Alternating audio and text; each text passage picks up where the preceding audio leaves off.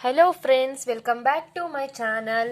Today we are going to discuss about study note 4 preparation of financial statements of non-profit organization. Introduction nodona. Until now we have seen accounting treatment for business transaction of business entity whose main objective is to earn profit. ಬೇರೆ ಎಲ್ಲ business transaction ನಲ್ಲಿ business entity transactions ಅನ್ನು ನೋಡ್ತಿದ್ವಿ, ಬರೀ profit earn ಮಾಡೋದೇ ಒಂದು ಅವರು ಮುಖ್ಯವಾದ ಗೋಲ್ ಆಗ್ತಿತ್ತು. ಆದ್ರೆ these are certain organisation that are not established for making profit but to provide some service. These services are generally given to members who make subscription to avail them. These are called as a non trading entities ಅಂತಂದ್ರೆ ಇಲ್ಲಿ non profit organisations ಅಂತಂದ್ರೆ ಇವ್ರ profit motive service ಮಾಡೋದು, profit ಮಾಡೋದಲ್ಲ. ಯಾರಿಗೆ generally service ಮಾಡ್ತಾರೆ ಅಂತ ಅಂದ್ರೆ ಯಾರು ಸಬ್ಸ್ಕ್ರಿಪ್ಷನ್ ಮಾಡ್ಕೊಂತಾರೋ ಅವರಿಗೆ. These are also called as non trading entity. Non trading entities ಅಂತ ಅಂತಾರೆ, ನಾನ್ ಪ್ರಾಫಿಟ್ ಆರ್ಗನೈಸೇಷನ್ ಅಂತಾನೂ ಅಂತಾರೆ. ಎಕ್ಸಾಂಪಲ್ ನೋಡೋಣ. Gymkhana, sports club, educational institution, public hospitals, libraries, cultural clubs like Rotaries or Lions club, religious institutions, charitable trust. ಅದೇ ತರ ಅವ್ರು ಯಾರು subscribe ಮಾಡ್ಕೊಂತಾರೋ members ಅವರಿಗೆ ಈ ಸರ್ವಿಸ್ ಕೊಡ್ತಾರೆ. ಪ್ರಾಫಿಟ್ ಮಾಡೋದ್ರ ಜೊತೆಗೆ ಅವರು ಸರ್ವಿಸ್ ಕೂಡ ಮಾಡ್ತಾರೆ. These organisation get their funds in the form of contribution by way of entrance fees, life membership fees, annual subscriptions, donations, grants, legacies etcetera. Contribution ಅವರು ಹೇಗೆ ಆರ್ಗನೈಸೇಷನ್ಗೆ ಕಾಂಟ್ರಿಬ್ಯೂಷನ್ ಮಾಡ್ತಾರೆ, ಆರ್ಗನೈಸೇಷನ್ ಫಂಡ್ ಹೆಂಗ್ ಕಲೆಕ್ಟ್ ಮಾಡುತ್ತೆ ಅಂತ ಅಂದ್ರೆ entrance fees, life membership fees, annual subscription, donation, grants and legacies, ಈ ರೀತಿ ಅದು ಅವರು ಮೆಂಬರ್ಸ್ ಕಾಂಟ್ರಿಬ್ಯೂಷನ್ ಮಾಡ್ತಾರೆ ಮತ್ತೆ ಆರ್ಗನೈಸೇಷನ್ ಫಂಡ್ಸ್ ಬರುತ್ತೆ. The accounting for such organisation is based on the similar principle followed by other organisation. ಬೇರೆ ಆರ್ಗನೈಸೇಷನ್ಸ್ ಹೆಂಗ್ ಯಾವ ಪಾಲಿಸೀಸ್ ಯಾವ ಪ್ರಿನ್ಸಿಪಲ್ಸ್ ಫಾಲೋ ಮಾಡ್ತಾರೋ ಈ ಆರ್ಗನೈಸೇಷನ್ ಅದೇ ಪ್ರಿನ್ಸಿಪಲ್ ಪಾಲಿಸೀಸ್ ಫಾಲೋ ಮಾಡುತ್ತೆ. Given the nature of these institution, there are certain items of revenue and expenses that need special understanding so that accounting treatment could be correctly decided. ಆದ್ರೆ ಇಲ್ಲಿ ಸ್ವಲ್ಪ revenue items and expenses ಅದಕ್ಕೆ ಸ್ವಲ್ಪ special understanding ಬೇಕಾಗುತ್ತೆ, special treatment ಬೇಕಾಗುತ್ತೆ. So ಅದರಿಂದ ನಾವು correct ಆಗಿ ಡಿಸೈಡ್ ಮಾಡಬಹುದು ಯಾವ್ದನ್ನ ಏನ್ ಮಾಡಬೇಕು ಅಂತ. Special item. These are certain items of revenue and expenses that are unique for non-trading entities. They could be listed here. Revenue items, donations, entrance fees, subscription fees, grant received. ಇವೆಲ್ಲ revenue items. Expenditure items, upkeep grounds, tournament expenses, prize events. Let's see. Accounting treatment should be given to special item ಯಾವ ತರ ಕೊಡ್ತಾರೆ ಅಂತ. Entrance fees, these are received at the time of admission of a new member and thus are one time fees. ಅದು entrance fees ಬಂದ್ಬಿಟ್ಟು member first organisation ಬರ್ಬೇಕಾದ್ರೆ pay ಮಾಡೋದನ್ನ entrance fees ಅಂತಾರೆ. ಮತ್ತೆ ಇದು one time fees. There are non recurring in nature. ಆಗ್ಲೆಲ್ಲ pay ಮಾಡಲ್ಲ, ಅವ್ರು ಬರ್ಬೇಕಾದ್ರೆ ಆರ್ಗನೈಸೇಷನ್ಗೆ ಬರ್ಬೇಕಾದ್ರೆ ಅಡ್ಮಿಷನ್ ಆಗ್ಬೇಕಾದ್ರೆ ಫೀಸ್ ಮಾಡ್ತಾರೆ. So it is a non recurring in nature. It could be either capitalised as their non recurring or taken as a revenue as per the rules of institution. ಇದು capitalised ಆಗಿರ್ಬೋದು, ಆದ್ರೂ ಅದನ್ನ non recurring ಅಂತಾನೆ ತಗೊಂತಾರೆ. Taken as a revenue as per the rules of institution. ಆ institution ಇನ rules according ಪ್ರಕಾರ ಅವರು ಅದನ್ನ ಕ್ಯಾಪಿಟಲೈಸ್ಡ್ ಆಗಿದ್ರು ನಾನ್ ರೆಕರಿಂಗ್ ಇನ್ ನೇಚರ್ ಅಂತಾನೆ ತಗೊಂತಾರೆ. There is a view that addition of member is an ongoing activity and thus every year the institute will get entrance fees, so it may be taken as a normal revenue receipt. ಪ್ರತಿ ವರ್ಷ ಪ್ರತಿ members ಬರ್ತಾ ಇರ್ತಾರೆ, ಅವ್ರಿಗೆ entrance fees ಸಿಗ್ತಾ ಇರುತ್ತೆ. So ಇದನ್ನ normal revenue receipt. ಅವರು ಆರ್ಗನೈಸೇಷನ್ ಮೇಲೆ ಡಿಪೆಂಡ್ ಆಗುತ್ತೆ. ಅವು ಯಾವ ಆರ್ಗನೈಸೇಷನ್ ಅಲ್ಲಿನ ರೂಲ್ಸ್ ರೆಗ್ಯುಲೇಷನ್ಸ್ ಬೇರೆ ಇರುತ್ತೆ. ಆ ಡಿಪೆಂಡ್ ಮೇಲೆ ಅವರು ಎಂಟ್ರೆನ್ಸ್ ಫೀಸ್ನ ಯಾವುದೇ ಫೀಸ್ನ ಅವರು ರೆಕರಿಂಗ್ ಆಗಲಿ ನಾನ್ ರೆಕರಿಂಗ್ ಆಗಲಿ ಕ್ಯಾಪಿಟಲೈಸ್ಡ್ ಆ ತರ ತಗೊಂತಾರೆ ಅವರು. Donations, they could be used for meeting capital or revenue expenses. If donations are received for a special purpose, the amount is credited to fund from which the amounts are dispersed. The fund may be invested in specified securities. Income from such investment is credited to the fund account only. Small donation amounts which are not earmarked for any specific purpose may be treated as a revenue receipts.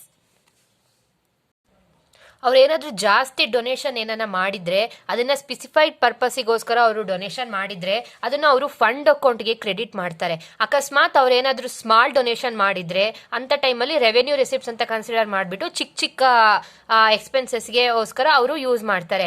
ಅವರು specific ಪರ್ಪಸ್ಗೋಸ್ಕರ ಮಾಡಿದ್ರೆ specified ಸೆಕ್ಯೂರಿಟೀಸ್ಗಳಲ್ಲಿ invest ಮಾಡ್ತಾರೆ. It may B shares, debenture, anything else ಏನನ್ನ ಆಗಲಿ securities ಅಲ್ಲಿ invest ಮಾಡ್ತಾರೆ. ಇಲ್ಲ ಅಂತ ಅಂದ್ರೆ ಅದನ್ನ ಫಂಡ್ ಅಕೌಂಟ್ಗೆ ಕ್ರೆಡಿಟ್ ಮಾಡ್ಕೊಂತಾರೆ. Next legacies. Many times trust are formed in the memory of certain person by their will. In such case after the demise of the person the fund passes on to the institution. Such legacies are of course one time and therefore should be taken to the capital fund. Legacies ಅಂತ ಅಂದ್ರೆ ಯಾರ್ದನ person death ಆಯ್ತು ಅಂತ ಅಂದ್ರೆ ಅವರು ನೆನಪಿನಾಗಿ ಒಂದು trust ನ ಮಾಡ್ತಾರೆ. ಅವ್ರ ನೆನಪವಾಗಿ ಟ್ರಸ್ಟ್ ನ ಕ್ರಿಯೇಟ್ ಮಾಡಿ ಅವರ ಆಸೆ ಅಂತೆ ನಾವು ಟ್ರಸ್ಟ್ ನ ಕ್ರಿಯೇಟ್ ಮಾಡಿದ್ಮೇಲೆ ಅವ್ರದ್ದು ಡೆತ್ ಆದ್ಮೇಲೆ ಆ ಫಂಡ್ ಇರುತ್ತಲ್ಲ ಅದು ಇನ್ಸ್ಟಿಟ್ಯೂಷನ್ಗೆ ಹೋಗುತ್ತೆ. Such legacies are of course one time. ಅದು ಪ್ರತಿ ಸರಿ ಆಗ್ಲೆಲ್ಲ ಬರೋದಿಲ್ಲ ಇನ್ಸ್ಟಿಟ್ಯೂಷನ್ಗೆ. ಆ ಲೆಗಸೀಸ್ ಒಂದ್ ಸರಿ ಕೊಡ್ತಾರೆ, ಅದನ್ನ ಕ್ಯಾಪಿಟಲ್ ಫಂಡ್ ಆಗಿ ಕನ್ಸಿಡರ್ ಮಾಡ್ತಾರೆ. Endowment. Some times donation are also in the form of endowments to be used as per instruction of the donor. These are treated as a capital receipts. Some time donation ಕೊಡ್ತಾರಲ್ಲ, ಯಾರು ಕೊಡ್ತಾರೋ donation ಅವರು ಇಚ್ಛೆ ಅಂತೆ ಆ donation ನ endowment ಅಂತಾನೂ ಕರೀತಾರೆ. ಅದನ್ನ ಕ್ಯಾಪಿಟಲ್ ರೆಸಿಪ್ಟ್ ಅಂತ ಹೇಳ್ಬಿಟ್ಟು ಕನ್ಸಿಡರ್ ಮಾಡ್ತಾರೆ. Life membership fees. This could be taken as a capital receipt and every year a charge is debited based on the same logic. In other words, when received, it could be treated as a deferred receipt in the balance sheet. And every year, a specific amount is credited to income and expenditure account. Life membership fees ಅಂತ ಹೆಸರಲ್ಲೇ ಇದೆ ನೋಡಿ, life membership fees ಅಂತ ಹೇಳ್ಬಿಟ್ಟು ಇದನ್ನ capital receipt ಆಗಿ consider ಮಾಡ್ತಾರೆ. ಪ್ರತಿ ವರ್ಷ ಇದನ್ನ ಇನ್ಕಮ್ ಅಂಡ್ ಎಕ್ಸ್ಪೆಂಡಿಚರ್ ಅಕೌಂಟ್ಗೆ ಕ್ರೆಡಿಟ್ ಮಾಡ್ತಾರೆ. ಇದನ್ನ ಈ ಕ್ಯಾಪಿಟಲ್ ಲೈಫ್ ಮೆಂಬರ್ಶಿಪ್ ಫೀಸ್ ನ ಡೆಬಿಟ್ ಮಾಡ್ತಾರೆ ಇನ್ಸ್ಟಿಟ್ಯೂಷನ್ ನ rules according to rules. When received it could be treated as a deferred receipt. ಇದನ್ನ ತಗೊಂಡಾಗ ಡೆಫರ್ಡ್ ರೆಸಿಪ್ಟ್ ಅಂತ ಹೇಳ್ಬಿಟ್ಟು ಬ್ಯಾಲೆನ್ಸ್ ಶೀಟ್ ಅಲ್ಲಿ ಕೊಡ್ತಾರೆ, ಇನ್ಕಮ್ ಅಂಡ್ ಎಕ್ಸ್ಪೆಂಡಿಚರ್ ಅಲ್ಲಿ ಕ್ರೆಡಿಟ್ ಮಾಡ್ತಾರೆ. Subscriptions. These are annual receipt and therefore taken as a revenue receipt. These must be recognized as a revenue in the accrual concept. Subscription. These are annual receipt ಅಂತ ಹೇಳ್ಬಿಟ್ಟು consider ಮಾಡ್ತಾರೆ. Revenue receipt ಅಂತಾನೆ ತಗೊಂತಾರೆ.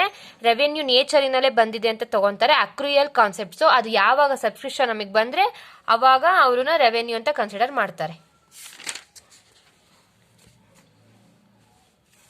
Financial statements.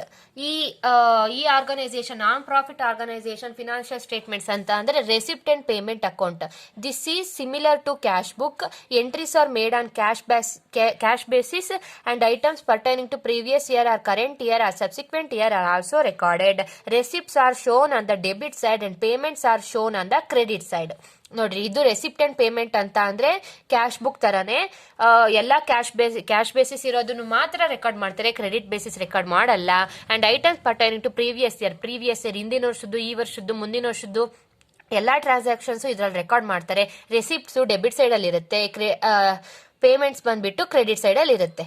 Capital as well as revenue items are entered in the receipt and payments account. Capital ಮತ್ತೆ revenue nature items ಎರಡೂ record ಮಾಡ್ತಾರೆ. This account is also real account in nature. Real account ಇದು real account. Debit what comes in, credit what goes out.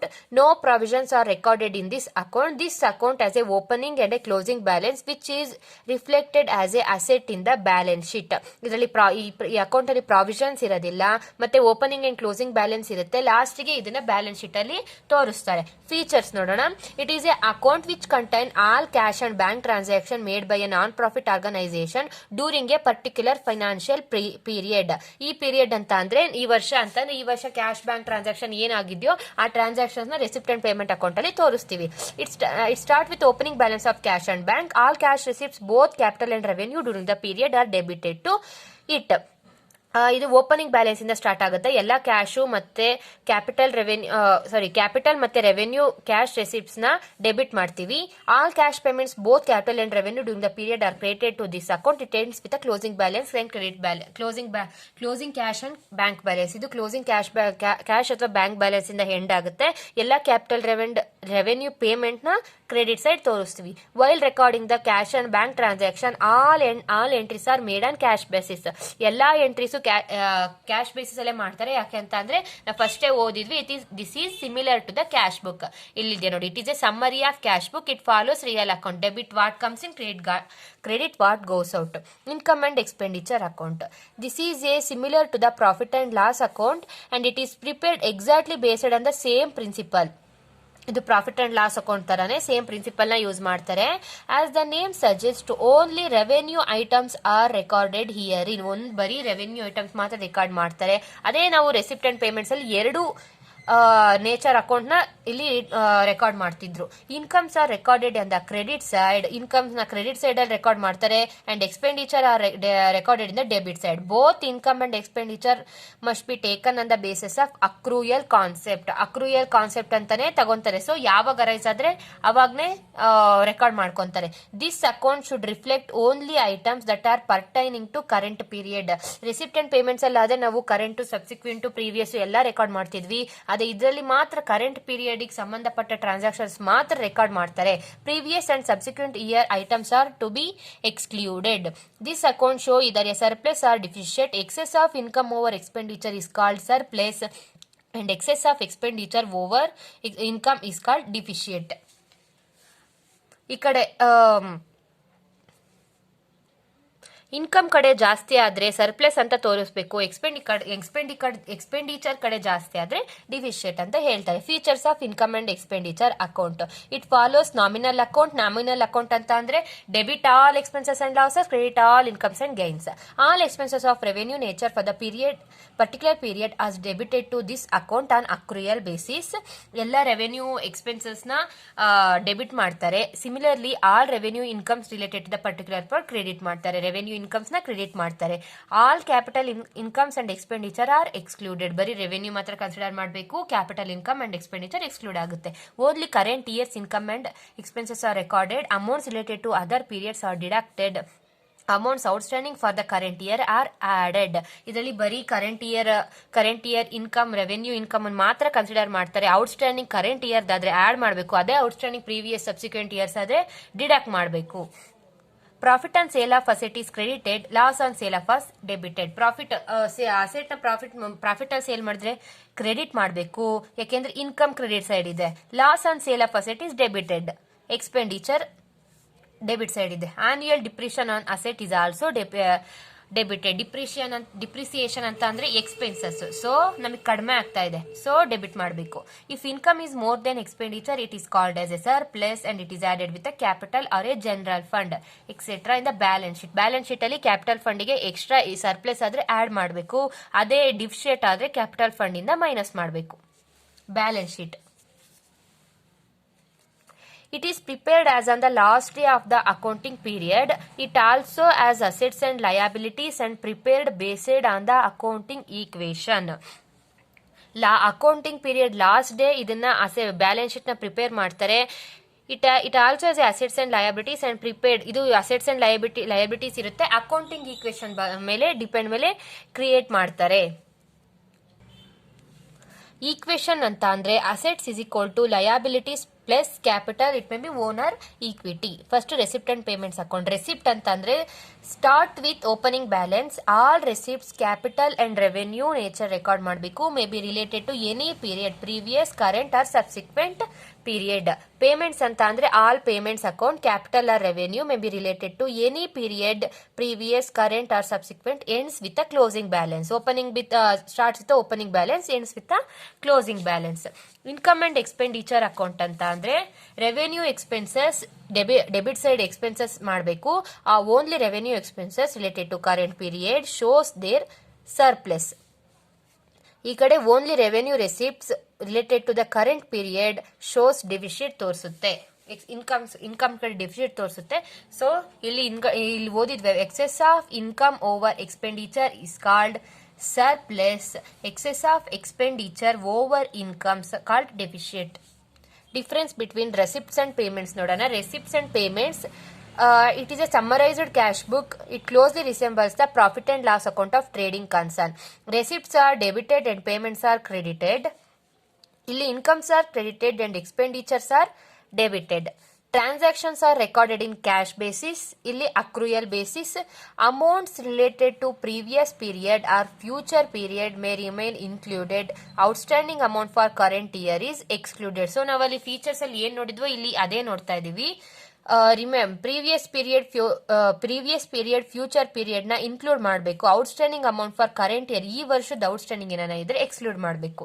Transactions are recorded on accrual basis ಅಲ್ಲಿ transaction ಯಾವ record ಆಗುತ್ತೆ. All amounts are not related to current period are excluded. Outstanding amounts of current period are added. ಈ ವರ್ಷದ outstanding ಏನಾನ ಇದ್ರೆ add ಮಾಡಬೇಕು, ಹೋದ ವರ್ಷದ್ದು ಮುಂದಿನ ವರ್ಷದ್ದು ಡಿಲೀಟ್ ಮಾಡಬೇಕು, ಸೊ ಎಕ್ಸ್ಕ್ಲೂಡ್ ಮಾಡಬೇಕು. ಸಾರಿ. It records both capital and revenue transactions. It records only revenue transactions. It serves the purpose of real account. ಇದು ರಿಯಲ್ ಅಕೌಂಟ್ ತರ. Debit what comes in, credit what goes out. It is a nominal account. Debit all expenses and losses, credit all incomes and gains. It starts with opening cash and bank balance, ends with a closing cash or bank balance. It does not record such a balance, rather its final balance shows as a surplus and deficit for the period. It does not record notional loss or non-cash expenses like bad debts, depreciations, etc. Notional loss ಅಂತಂದ್ರೆ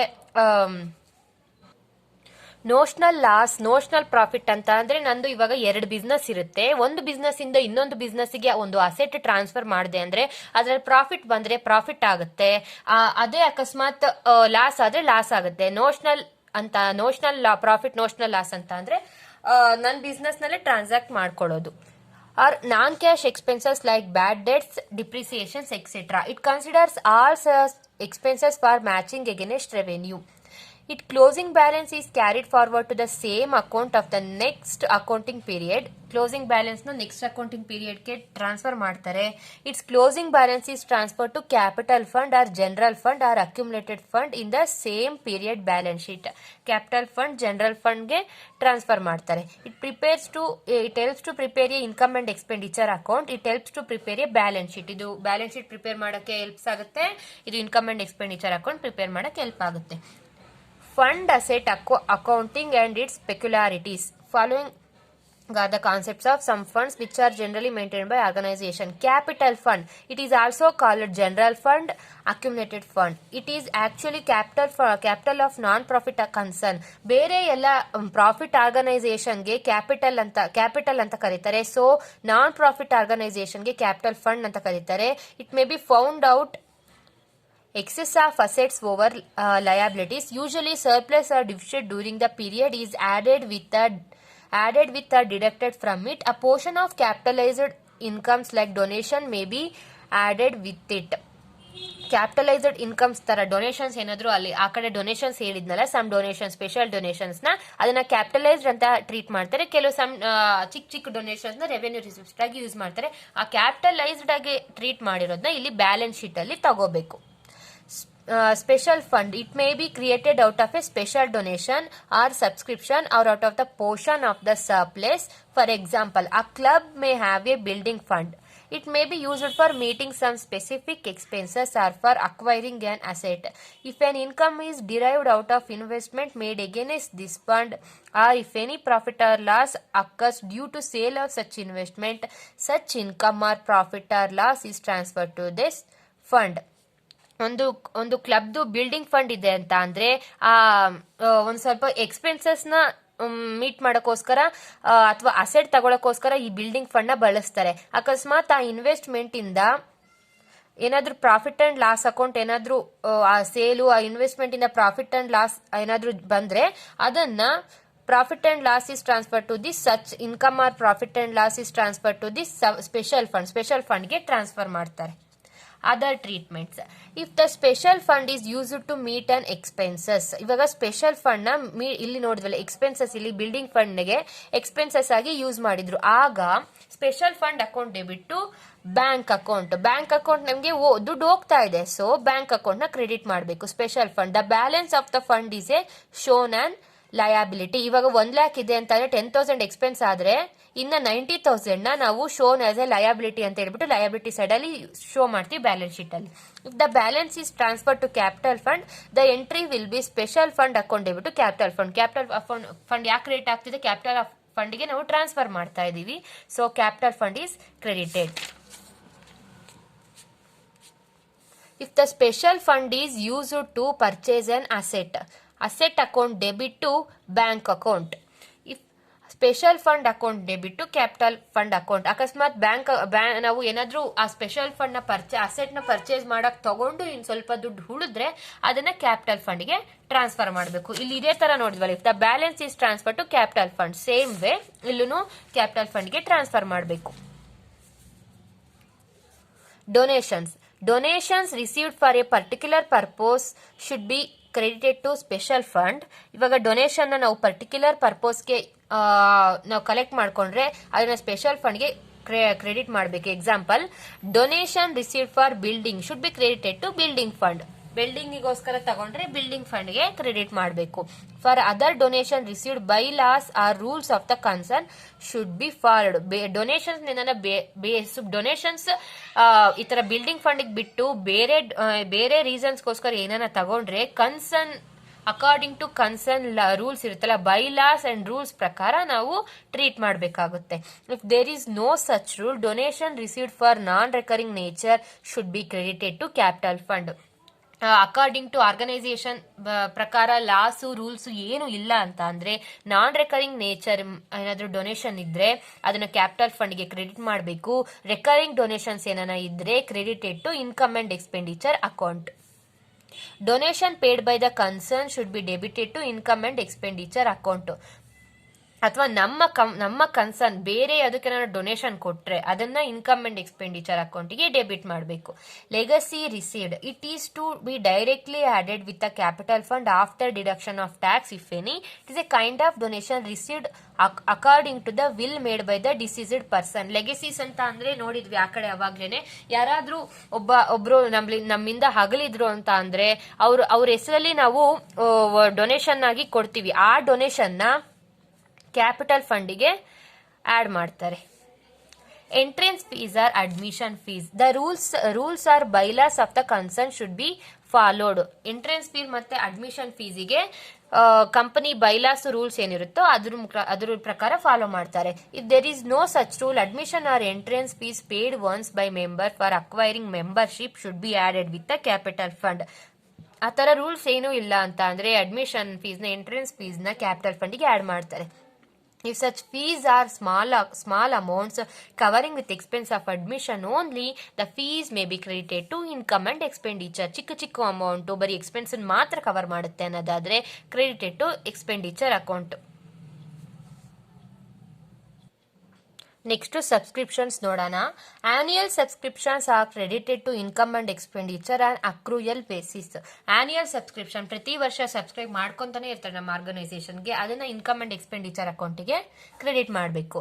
life membership subscription is usually credited separate account shown as a liability. Life membership subscription ನ liability account separate account shown as a liability. Separate account ಕಂದ್ರೆ life membership ಅಕೌಂಟಿಗೆ credit ಮಾಡ್ತಾರೆ, ಅದನ್ನ ಲಯಬಿಲಿಟಿಯಲ್ಲಿ ತೋರಿಸ್ತಾರೆ. Annual subscription apportion out of that is credited to income and expenditure account and deducted from the liability. Income and expenditure ಅಕೌಂಟ್ಗೆ credit ಮಾಡಿರುವಂತಹ annual subscription ನ ಲಯಬಿಲಿಟಿಯಿಂದ ಡಿಡಕ್ಟ್ ಮಾಡ್ತಾರೆ. Thus, the balance is carried forward till the contribution by a member is fully exhausted.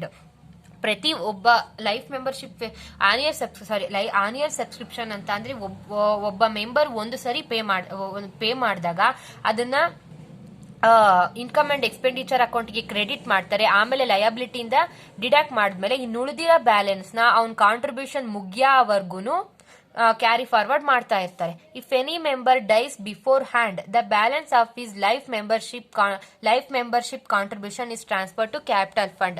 ಸರಿ, ನಾನು ಅವಾಗೆ life membership annual subscription ಅಂತ ಹೇಳಿದೆ. ಲೈಫ್ ಮೆಂಬರ್ಶಿಪ್ ಫೀಸ್ ಅದು.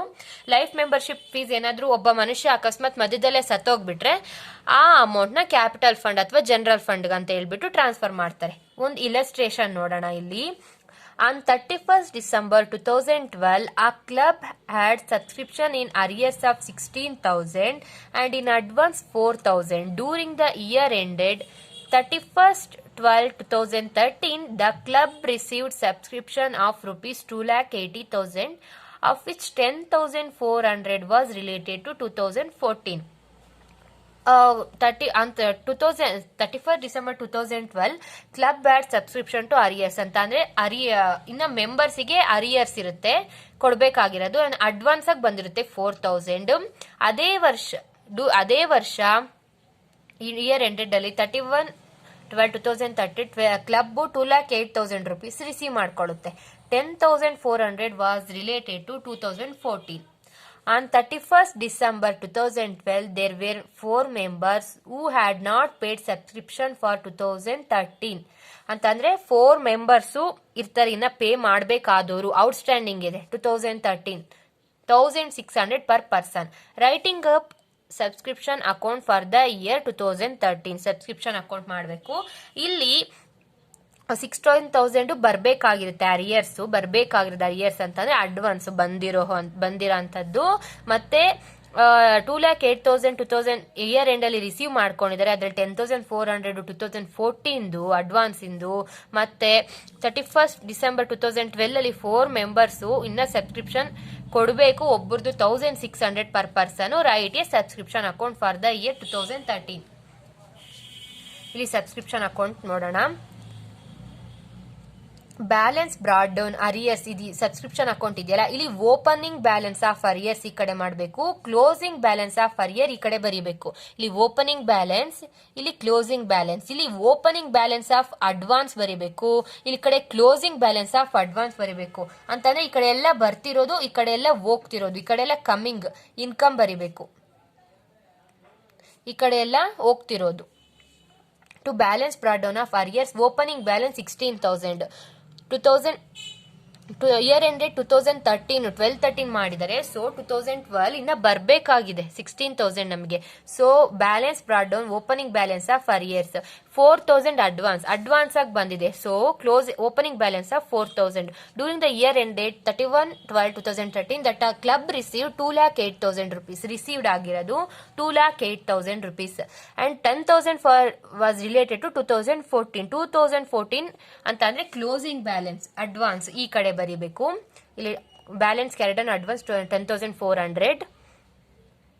On 31st December 2012, there were 4 members who had not paid subscription for 2013 and 1,600 per person. 4 ಜನ pay ಮಾಡಿಲ್ಲ. So 6,600 into 4 ಮಾಡಿದಾಗ 6,400 ಬರುತ್ತೆ. ಅದು ಅರಿಯರ್ಸ್ ಇನ್ನ ಬಂದಿಲ್ಲ. ಕ್ಲೋಸಿಂಗ್ ಬ್ಯಾಲೆನ್ಸ್ ಆಫ್ ಅರಿಯರ್ಸ್ ಈ ಕಡೆ 6,400 ಮಾಡಿದೀವಿ. ಸೊ ಈ ಕಡೆ 18,400 ಬರುತ್ತೆ. ಬ್ಯಾಲೆನ್ಸಿಂಗ್ ಫಿಗರ್ ನ ಇನ್ಕಮ್ ಅಂಡ್ ಎಕ್ಸ್ಪೆಂಡಿಚರ್ ಅಕೌಂಟಿಗೆ ಇನ್ಕಮ್ ಫಾರ್ 2013 ಅಂತ ಹೇಳ್ಬಿಟ್ಟು ಟ್ರಾನ್ಸ್ಫರ್ ಮಾಡಬೇಕು.